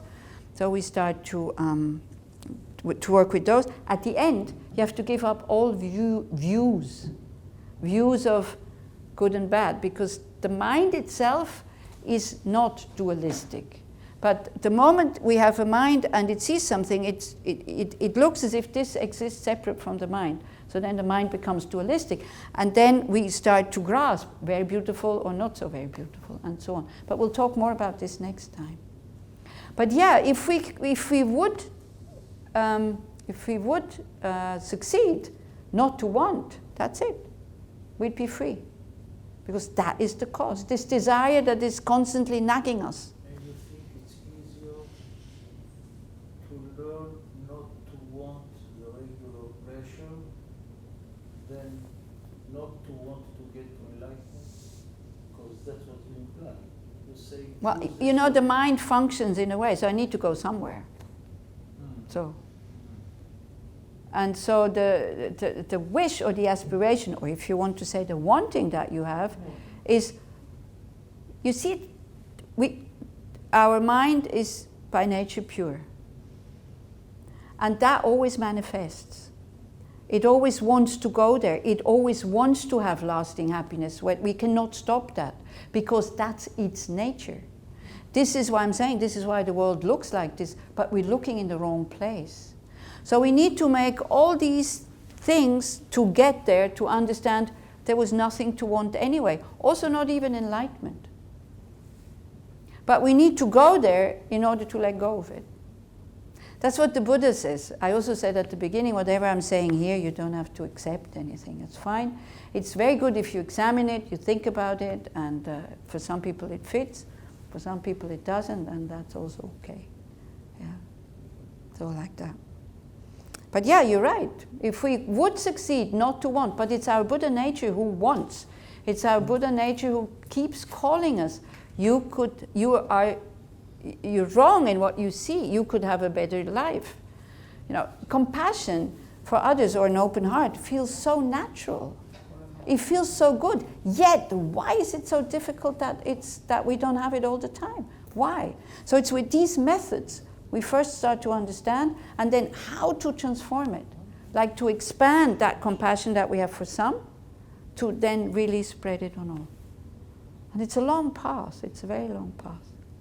Did you meet anybody who got into enlightenment? I think so. This is what I said. When I see somebody like the Dalai Lama, who... Besides him? Yeah, other masters also. I lived in Dharamsala for 17 years. People who practice this. The way they react, the way they are, the way they're always totally equanimous. Whoever comes in front of them, they are totally with you. Whether you're a good student or not a good student or whatever, is like, yeah, I have. And even if I wouldn't, because still, I don't know, maybe they're just putting on a show. I don't know, you know. For me, it's genuine enough.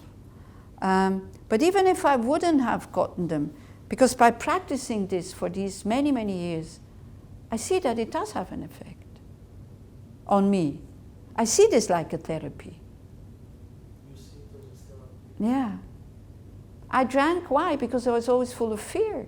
I couldn't even ask a person, what time does the bus leave? I was so afraid. I still have these fears, but I learned how to live with them through this. I didn't give up drinking because of Buddhism. I already had given up drinking, but then all the fears came and I needed to go to therapy and all this. It helped to some extent, but not really very much.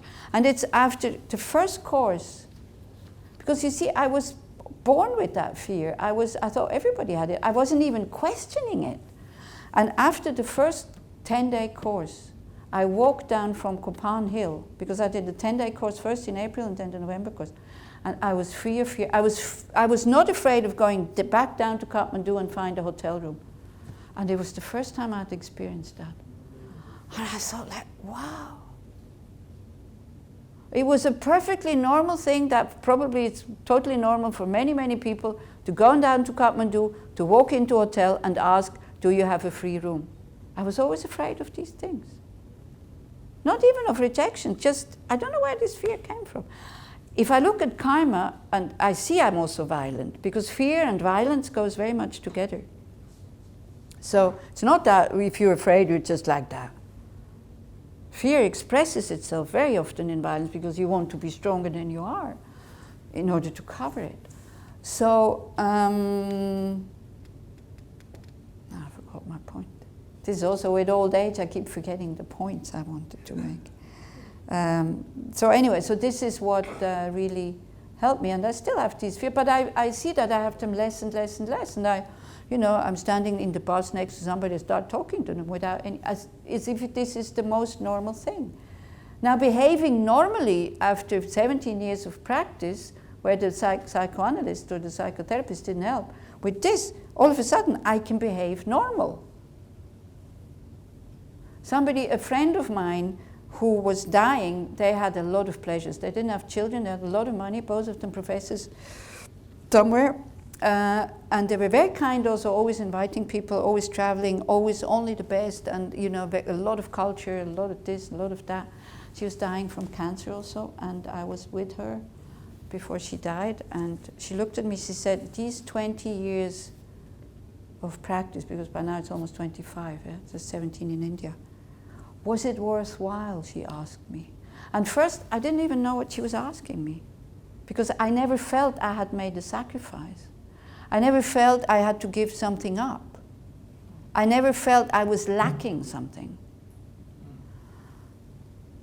Because I could feel she was, with all the pleasures they had, she was still looking. So I said, huh? You're also looking. Yeah, I'm also looking. But I've become more normal. So she said, in what way has it helped? And it just came out very, very naturally. I said, I think I've become more normal. And for me, that's good enough. That's good enough. One day, I have to trust, I don't know, but I trust that one day I will be able to stop looking. Stop. Looking. Ah.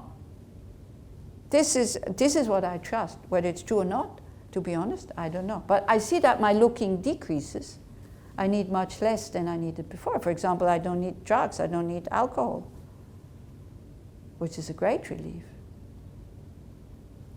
to be able to function. Can I ask one more question? I should really continue. Okay, So, wait. Yeah. I can It's an hold. interview. right. But anyway, it's good. So you see, whatever I experience in this past, this is why I don't like to talk so much in length about it, because it's very individual what everybody experiences. So, To me personally, I gain much more from your personal comment. yeah, it's more entertaining, isn't it? No, I'm sorry, no, not entertaining, no. Yeah. For me, it's much more real Yeah. than theory. I know, I know, yeah. I read. But you see, it's through the theory that I came to be able to tell these stories, I'm not by practicing the theory. And I'm here to give you the theory, actually. So, telling stories, I was already, before I was quite good. When I felt confident with people, I was always good at telling stories. But it's a good thing. What is the difference between desire and wanting enlightenment? Already that desire is for me. I want this now. Enlightenment is for the benefit of all sentient beings. Wow, this is so big. It's great. Abstract. Abstract at the beginning, maybe, yeah. Okay, we can say for many beings. I mean, one person is very little. Already 2, 3 is bigger, isn't it? I want something like I'm alone, I don't have children. So when you are pregnant, you have children, you want happiness before pregnancy, for one. Then you want happiness for more. Isn't that better? It's nice. Then when you go for my friends, for the people I don't know, and for even the people who don't like me, for those also I want happiness. Isn't that wonderful? Because that's the basis. That's what one needs to develop first with this bodhicitta thing. To create equanimity, that is essential. And already if you're not reacting to other people anymore, like to your people you dislike with a lot of, I don't want to say violence, but with aggression. You don't react with aggression towards people you dislike. You don't react with desire, attachment, like I want to be together with you. I want you to love me. I want to be the one who makes you happy. If you don't have that anymore, if you're just concerned with the happiness of the other person, it's so relaxing. And even you pass people in the street and you look at them and you think, you have one short thought, wouldn't it be wonderful if they were happy? It's so relaxing. It makes you so open and so free. But I can't do it yet with all beings, but I'm working on it. I can include more and more and more people in that. So equanimity, we start to see that we are making 3 categories. Friends, People I like, people I'm happy when they're happy. Strangers, big bulk of people. You know, all these people in the cars tonight that were a hindrance for you to come here. About how many people did you think, oh, may they be happy, may they be well. They also are stuck, just like me. May they be able to go home really quick and really fast. You see, the people that passes by, maybe you are different, but in general, the people that passes by in the street, usually they're a hindrance, because what are they doing here? I want to go quick home or quick somewhere. Why do they have to go on that same train? Why can't they take another train? That's when it goes like negative, or sometimes they're just lumps of flesh walking around, you know, one head, 2 arms, 2 legs, and the rump, and that's it. We see them as, in German, Statisten. What's Statisten in English? Statisten. People who walk in the movies. Yeah, people who do the little roles, you know, they talk to each other while you are at the scene, they're drinking coffee or something. For most of us, all these people out there, they're not really in the movie. So we start to, everybody has a role in that movie. And the role they have, they can open our hearts when we think of them as human beings who also, like me, want suffering and don't want to be, they don't want suffering, they want to be happy. They're just like me. So we start to feel this connection that we have with others, even if we don't know them. So how do we work with equanimity is by seeing that it's very temporary. Friend is friend because why? Because the person does what I want that person to do. And many people say, no, I have really deep friendship, and even if we don't agree, it will still hold. Try to see if the person starts to criticize you again and again and again and again, wants to make you have the same opinion as her or him again and again and again and again. Try to see how long that friendship holds. Not very long. And I don't know if you ever noticed, where people that you think you're very good friends and you can spend a long time together, you start traveling with them, and then you're together with them 24 hours, so many friendships break. Because you get on each other's nerves. Because before, you know, when you meet somebody just for a short time, you still appreciate them the way they are. When you think you're stuck with them, you start to manipulate them because they do this I don't like, and they do this I don't like, and so they have to turn the toothbrush like this into the glass and not like this. Or when they wash the dishes, the cup has to be upside down. Or no, with this up, because this could get dirty and then my lips are. But then you go, no, but then the dust falls into it. I mean, all the arguments that one can have, and it can become obsessive. That even the breathing of the other person is disturbing you. The presence, basically. From a very deep friendship. So what is the friendship was based on wrong views. That's such a wonderful person. Well, come on, the person breathes also. And breathing sometimes in the night, it makes noise if you're in a double room. And that's it. And then the person turns into an enemy. So that warm feeling that you had before, and this, oh, we can spend so much time together. You're counting the days until this holiday is finally finished so that you can go back home and she goes this way and you go that way. Has it ever happened to you? Yeah. Isn't it?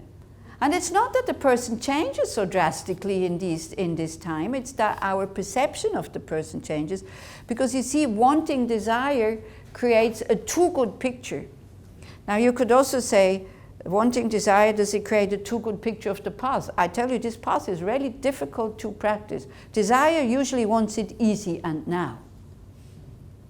This is why more goes into the category of aspiration. When you have aspiration, you can make effort. And there's joy in making effort. So, yeah. We can be attached to this path. You're totally right. And you're the only one who can notice it. If you want to have results now, it's attachment. If you go through the hardships of getting it, then... Wanting it now is attachment? Mm-hmm. If you want it now, it's usually attachment. You want it now.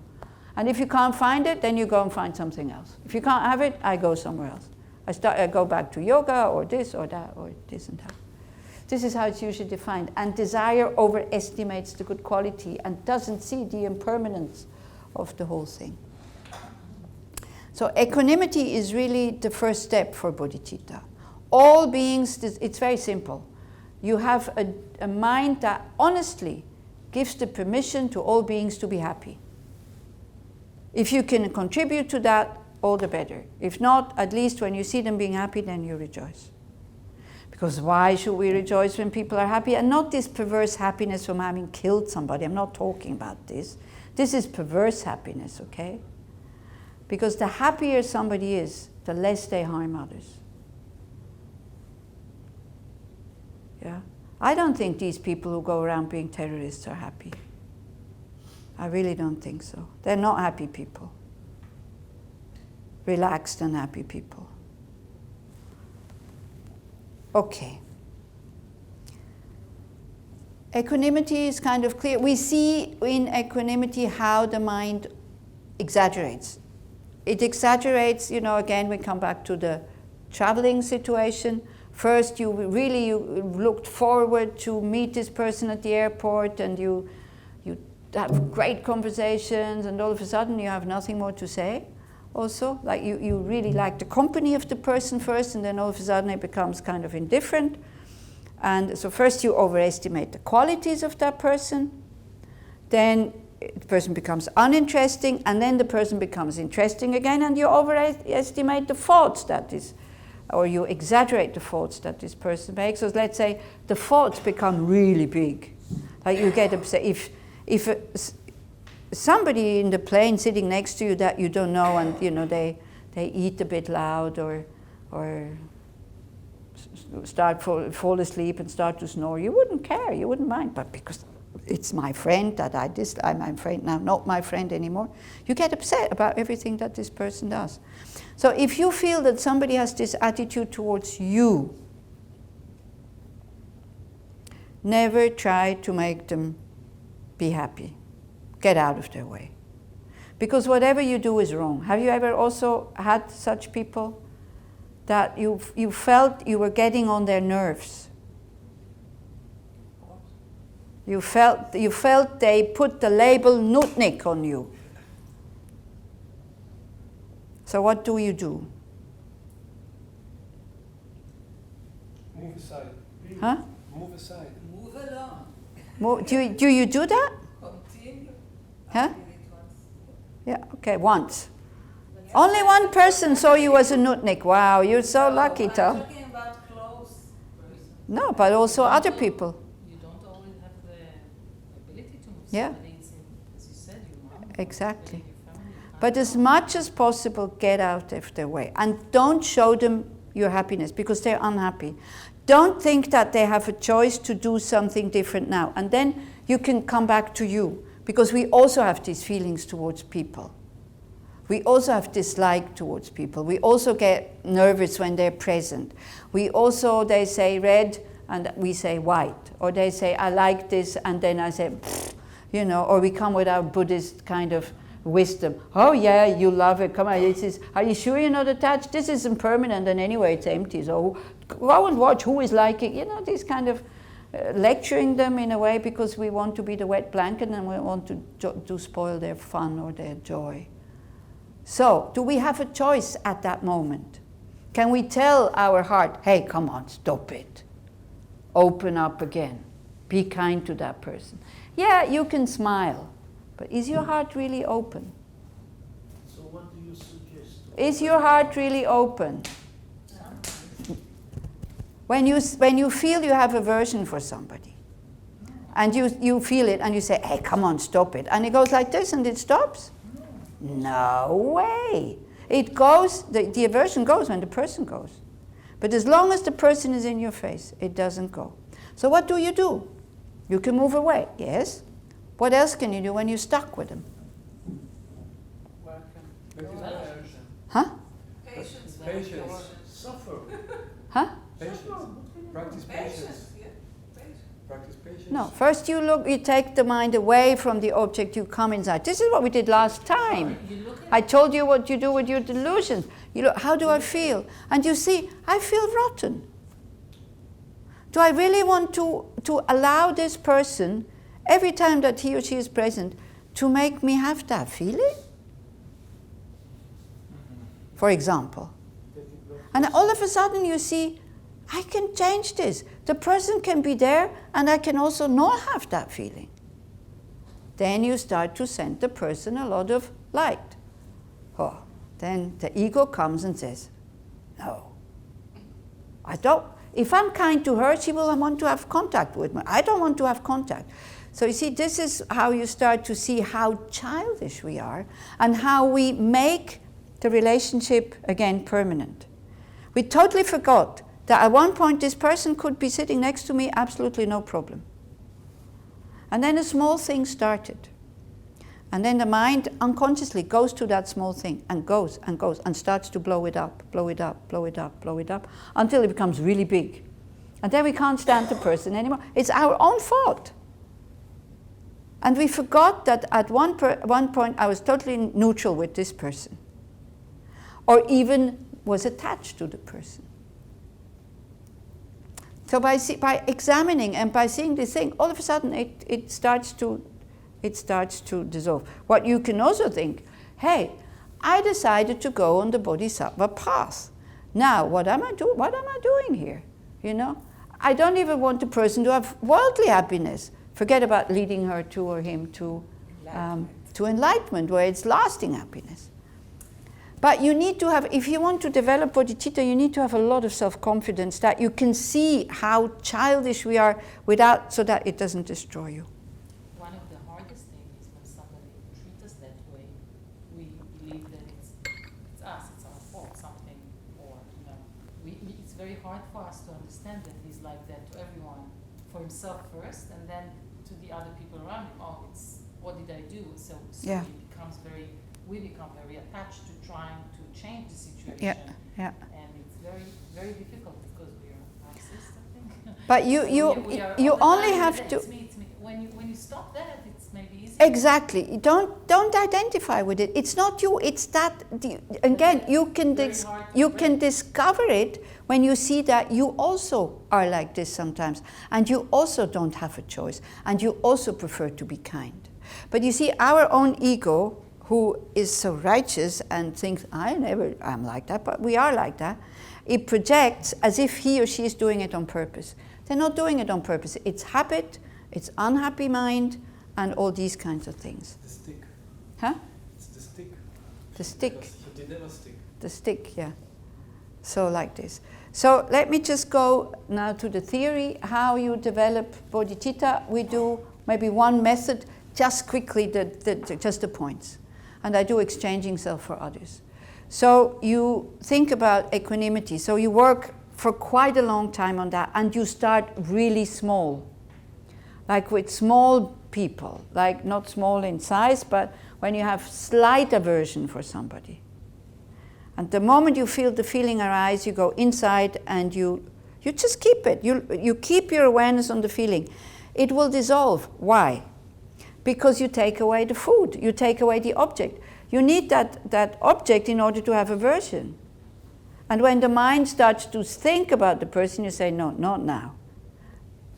Don't underestimate the task. It's very difficult. Because if you've been thinking obsessively with unkind thoughts about one person for years, you cannot do this in 5 minutes. Okay? But the best thing is, like, whenever you feel aversion arise, you immediately go inside instead of staying with the object.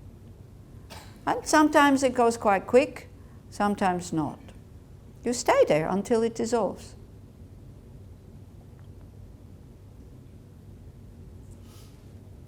This is it. And you stop projecting outside that it's the other person's fault that you have that feeling. It is your habit and your karmic imprint that is ripening. The person is just a condition. You see, if I would have kept the mind I have against Israelis, even before coming here, I wouldn't have come here, because I was totally pro-Palestinian, like all the Westerners, all the people from Europe.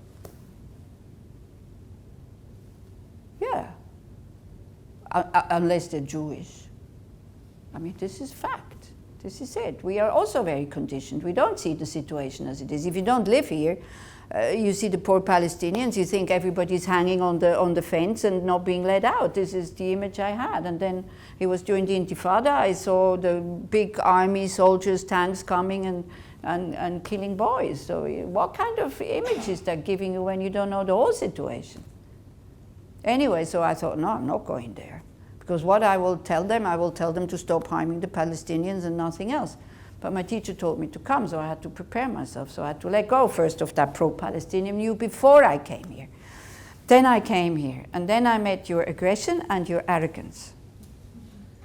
I was frightened first, and then I also got angry. Yeah, wait, and then I also got angry. So if I would have kept that mind, if it's you who are producing that mind, I would have stopped coming. I had a moment, I think after 2 years, when I totally blasted somebody. Really, I got so angry, I really screamed at her. And I went to the next session and I said, look, sorry, I cannot come here anymore because I cannot allow myself to do these things with people who come to listen about bodhicitta and compassion and all these things. I said, I can't deal with you. I'm sorry, I cannot deal with your pushiness and your arrogance and your aggression. So I said, if I can deal with it and I think I can come back, maybe I come back. But so I went away for, I think, 2 years. And with all the Israelis in Dharamsala, I had very close contact, and I was practicing. Patience, da-da-da-da. And I've been coming since all these years. I see how much you suffer. I really see what it means to have that baggage of the Holocaust still having to carry around with you. And this whole thing with anti-Semitism, because there is anti-Semitism, definitely. You know? I like you very much. It's quite rare that an Israeli can make me angry. It doesn't impress me anymore. Your aggression, your anger doesn't impress me anymore. I'm not saying you as personally, but out there in society. I'm not affected by it anymore because I can see the suffering. And this is what bodhicitta does. You look at the suffering of the other. I'm not saying I'm having bodhicitta. No, this is a very high goal. But this is what I'm saying. This is how you transform these things. By seeing it is not the person who is giving me that angry feeling. It is my view of the person, not seeing the suffering that is behind the aggression. I think I said that sentence and I cannot repeat it enough, is if suffering doesn't know what to do with itself, it expresses itself as aggression. Or aggression occurs when the suffering doesn't know what to do with itself. And we see it in ourselves. When do we get angry? When we are stressed, when we're not well, when we don't get what we want. So the first thing you do, you let go of what you want a little bit. Then you become more free. If I come to Israel and think that everybody should be nice to me. Actually, the people who came to the courses, I had the surprise of my life because I was prepared when I came first time, aggressive in the courses, like they are in Dharamsala, not believing anything I say, cutting my words, aggressing me, and the Buddhism and all this. I was prepared for that, but because it was during the Intifada and nobody else came, everybody was very kind and very appreciative that I had come. Just not long ago, somebody told me, when you came during the Intifada and everybody else had cancelled, I was so moved. I came because I don't know what this Intifada is. They said, weren't you afraid? I said, why should I be afraid? I don't know what war is. Even now, I go to Ein Absor and it goes zzz, and Tevadom. I'm totally calm. Why? Because nothing has ever fallen next to me. I was in Tel Aviv, a bomb exploded, everybody jumped that high, and I was just sitting there, and people said, wow, you're brave. I thought, why? What happened? Because for me, it was a tire that explodes. So I'm from Switzerland. But when I hear shooting, it's firework. This is how we are conditioned. But I also lived in Dharamsala where there is an earthquake. So you remember in Inbar that Josh and me, we were staying in these hulot, in these caravans that were on stilts. So whenever somebody came up the stairs, the thing would shake. So I was sitting on my bed, I was meditating, and somebody came up the stairs. I mean, I didn't think. Out the door, and I run into the person, and she said, "Where are you going?" I said, no, not earthquake. I thought it was an earthquake. This is the conditioning that we're trying to undo with these things, so that we become more open and more free. Okay, next step. Equanimity, next step, we have to finish. The disadvantage of cherishing self. And we see, it's in your papers. We see that in other people first, when they're not concerned about my happiness, we see how cruel they can become. This is what we see first in others, and then we see it in ourselves. And we start to understand that whenever we do an act, when we're just concerned about our own happiness, it creates a negative imprint.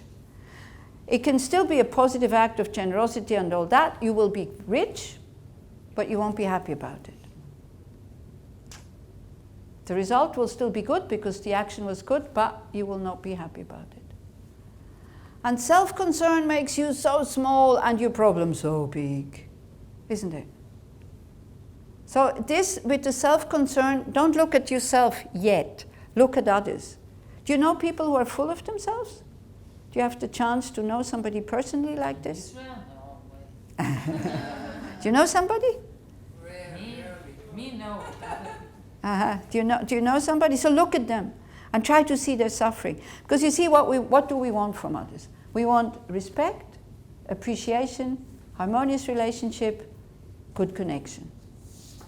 No? Understanding, communication in a peaceful way. This is what we want from others. Self-cherishing destroys it all. Because why? Because my own ego doesn't want to give it to the other. Because the two self-cherishing clash. The self-cherishing means I'm the center of the universe. My view is better than yours. So we start to look at that. Then in order to destroy that one, we think about the kindness of others. The kindness of others, meaning we receive so much kindness. Because it's people's job, for example, to clean this house. And to run the bus, to drive the buses, to clean them, to clean the trains, to clean the toilets. Have you ever, when you go to a clean toilet here or somewhere else, you think, oh, thank you very much for cleaning the toilet to somebody? Really? Yeah. Every time? We see it when it's dirty, every time. Every time the toilet is dirty, we get upset. No? Yeah. Every time something is not working, we see it immediately. Every time something is not working. You see it immediately, but and you see, we're so stupid because in Yechiam, somebody said, you know, I have this really old car, and every time in the morning it starts, I am so happy. We shouldn't have these new cars that work so well, because then you get upset when they're not working. Anyway, so we think about the kindness of others. I'm just running through it because, as I said, it's just an introduction to the path and not how it's done and all this. We don't have enough time. But there will be a long bodhicitta module anyway. And then we think about the advantage of cherishing others. Then when we see that, we start to exchange ourselves for others the same way a mother does with the child. The child's happiness is more important than mine, and so whoever is in front of me, their happiness is more important than mine. So I'm not capable of doing that.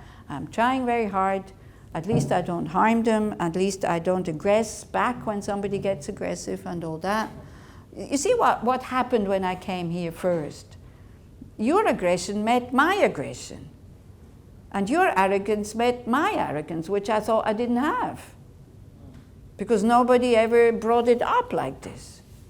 So I'm very grateful. Huh? You're using us. I'm totally using you. I'm very grateful for you guys. On top of it, you have the best olives in the world that you cannot find anywhere in Europe to buy. So I always take quite a few kilos home with me. So I'm totally using you. Yeah, I am. Olives. Okay. And then so we exchange ourselves with others, and then we start to do this practice which is called Tonglen. In the meditation, giving and taking. And that is always magic. Because we do exactly what we would never do. We take all the unpleasant things, when we breathe in, we think, okay, usually I go like this, now let it come. And when you breathe out all your goodness that you have, all your kindness, everything that is good, and you offer it to the world, or to one person, or to many people, or, you know. Again, if you want to know what the Tonglen is, there's next weekend in Palmo. We do the whole weekend, we do Tonglen, the steps, how you develop it, and like that. The practice of Tonglen is in order to increase our courage to bear the suffering which we have to bear anyway. And just to finish, I give you a quote of a woman. When she was dying, somebody asked her, "What do you regret?" And she said, "The only thing I regret in my life that I've had so many fears. Fears of things that, yeah, they happened, but I'm still alive." And she said, actually, when a catastrophe happened, great, because then at least I could react and I didn't have to be afraid of it anymore. It's not a Buddhist who said that. It's a woman who was just before dying. Somebody asked her, "What do you regret?" She said that, "I regret having had so many fears." Why do you mention it? Huh? Why do you mention it? How is it connected to what With the Tonglen, because the Tonglen taking the suffering and everything that is not wanted, instead of always trying to protect ourselves, we take it. Because problems will come anyway, whether we want or not. And then we learn to be more courageous and more open. And we give away everything we have, everything that is good. So if you have very low self-confidence, it's dangerous to take the negative things. So first just give. Because by giving all the good things that you love, your compassion and all this, and you don't give it to one specific person, you give it just like that, all of a sudden we notice how much we have to give. And we're not losing anything when we give these things. Anyway, so we covered bodhicitta today, more or less. I gave you the questions for the exam. I don't know how we will do it. I think what we will do, because it will be difficult for everybody to write and all this. I think next time we talk about emptiness, and then maybe for 1 hour or so, I ask these questions, whoever knows how to answer, but only one, you know, not Nissim, all of them, because you should know all these answers. Nissim is Nissim, if nobody else knows it, then Nissim will answer. Okay, but you try to really prepare yourself, and so, but at least then you have heard the answers. And then for the assessment sheet, I think we'll have to see what we're going to do. You prepare them for each one. I think you've done really well. The ones who came for all the sessions. For the people who were not here all the sessions, I think we cannot give them the assessment sheet unless they really say, "I listened to it on the YouTube or whatever." So I think we do like this, yeah. That then, and if you want, also I can write the answers, and I send you the sheet with the answers. Then when we finish, to Tal, and then you have the questions and the answers. Because if you know, you don't need to be able to answer this and know it. You just need to have known it once, basically. So that it will help you also maybe for future courses. Yes. So you have the sheet with the answers, and but you will go, in many of them, we will go into more detail. So we dedicate all the positive energy that we have created today with each other, that every being finds his or her own path. That every being finds the path suitable in order to be able to satisfy, or we have this deep, deep yearning for lasting happiness, a deep yearning for spaciousness, for freedom, for peace, for well-being. And the Buddha says we can attain that goal. I am pretty sure through other ways and means one can also attain it. Maybe not full enlightenment, but at least well-being, goodness, spaciousness, and all that. So may all beings find a path that they find suitable in order to develop that potential of totally unlimited love, compassion, and wisdom that we all carry within us. Thank you very much.